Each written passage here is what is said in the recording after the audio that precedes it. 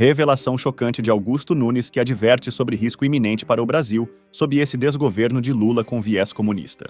O jornalista levanta preocupações sobre a perseguição política implacável orquestrada por Alexandre de Moraes, que está deixando um rastro de injustiças e arbitrariedades judiciais sem precedentes em nosso país. Nunes também expõe os atos abusivos e chocantes cometidos por Moraes durante esses últimos 4 anos no cargo de ministro do Supremo Tribunal Federal, agindo como fora da lei para favorecer a caminhada comunista de Lula, perseguindo e destruindo a vida de muitos inocentes. Antes dessa notícia, não esqueça de deixar o seu like, se inscrever no canal e ativar o sininho para receber as nossas novidades.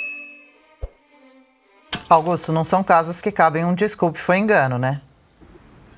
Olha, esse caso só reforça a certeza de que o Brasil vive, graças ao Supremo Tribunal Federal, o Brasil testemunha a maior, mais abjeta e mais cruel aberração judicial de todos os tempos. Eu sou do tempo em que, quando se encontrava alguém preso na cadeia, 12 meses, 13, às vezes um ano, né, por um crime que não cometeu, isso aí era notícia de jornal.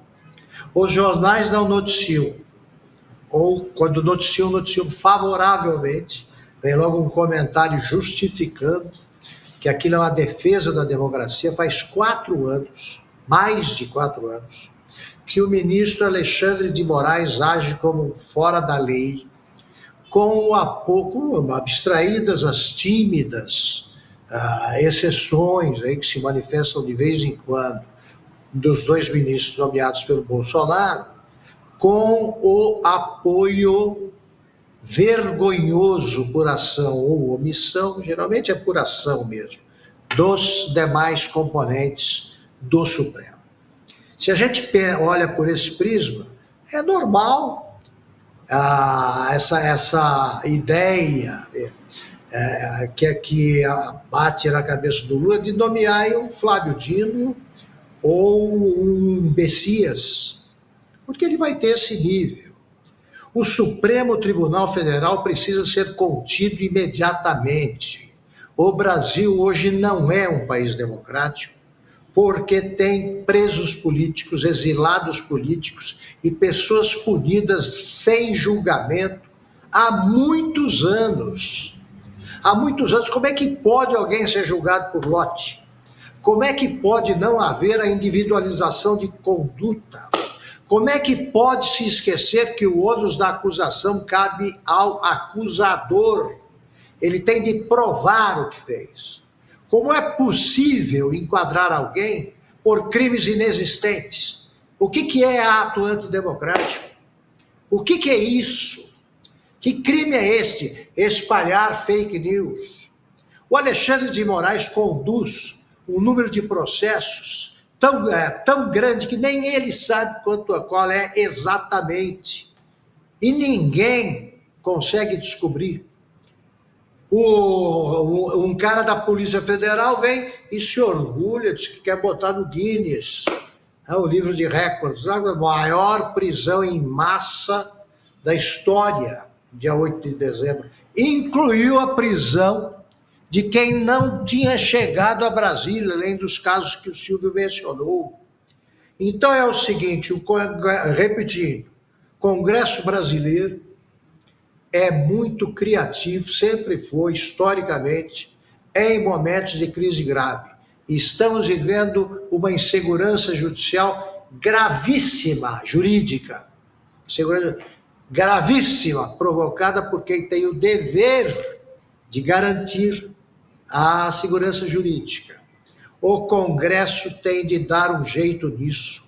E o povo tem o dever de voltar às ruas para deixar claro que não concorda com este crime que está sendo cometido pela arrogância de advogados que chegaram lá, né, ao cume do poder hoje no Brasil, graças a um voto de um presidente ao qual prestaram, ou estão prestando, ou prestarão, ou prometeram favores.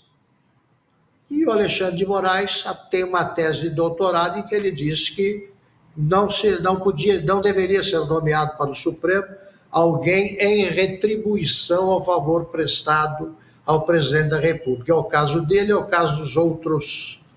Então, esse tumor tem de ser lancetado imediatamente. É claro, comenta também esse bloco sobre guerra, sobre os terroristas no Brasil. Mais uma informação de última hora que acrescenta ao tema o padre militante de esquerda, Júlio Lancelotti, que criticou Israel em um evento do PT no último fim de semana, foi às redes sociais para se colocar como vítima da situação. Lancelotti reclamou das críticas que recebeu depois de acusar o país judaico de ser, abre aspas, um Estado assassino, mas admitiu que são fruto de seu ativismo político. Acompanhe. Hoje eu fui bombardeado de todos os lados, principalmente por católicos. Católicos muito religiosos, muitos ortodoxos, muito fidelíssimos à ortodoxia da igreja e que não são capazes de refletir que o povo palestino não é o Hamas e o Hamas não é o povo palestino. Muitas vezes eu digo, eu sou um padre cancelado e sei que vou perder muitas vezes. Por isso eu repito muitas vezes, não luto para vencer. Augusto, cancelado à toa, nem os católicos entendem as declarações de Lancelotti. Ele age como um padre? Começando por aí, eu acho que era muito simples resolver esse problema e eu aplicaria o mesmo método ao Frei Beto, né, essa turma aí que ainda é apresentado como se fosse religioso, autoridade religiosa. Pede a eles que digam a segunda parte do Salve Rainha ou do Credo. Não sabem. Se existisse ainda, eles não praticam mais isso, se existisse excomunhão, esse aí não precisava nem de julgamento. Né? Pode seguir o método Alexandre de Moraes. Pode ir embora. Ele não sabe, ele não é católico. A religião a que ele supostamente pertence, ela é, em tese, generosa. Isso não é a favor da morte, do assassinato. Ele é um padre terrorista, só no Brasil. Eu queria só eu omiti uma informação importante quando eu comentei a bobagem, uma das bobagens ditas pelo Flávio Dino, que ele disse que estava voando sobre os bolsonaristas. Ele concluiu que os bolsonaristas são piores que quaisquer terroristas, porque ele estava num voo de carreira, avião de carreira, e percebeu que todo mundo olhava ele com raiva. Olha, se ele aparecesse de fato num voo desse tipo, ele ia perceber que a popularidade dele, digamos, é baixa e é bem mais perigosa aí do que a provocada pelo sentimento da raiva. Vamos lá, Hezbollah. Os terroristas árabes, essas organizações terroristas todas aí que apavoram a região, elas agem publicamente, circulam publicamente os seus militantes na tríplice fronteira brasileira, né, onde confluem lá as fronteiras de Brasil, Paraguai e Argentina, ali na região de Foz do Iguaçu. Eles têm uma base lá, eles recrutam gente lá publicamente há muito tempo.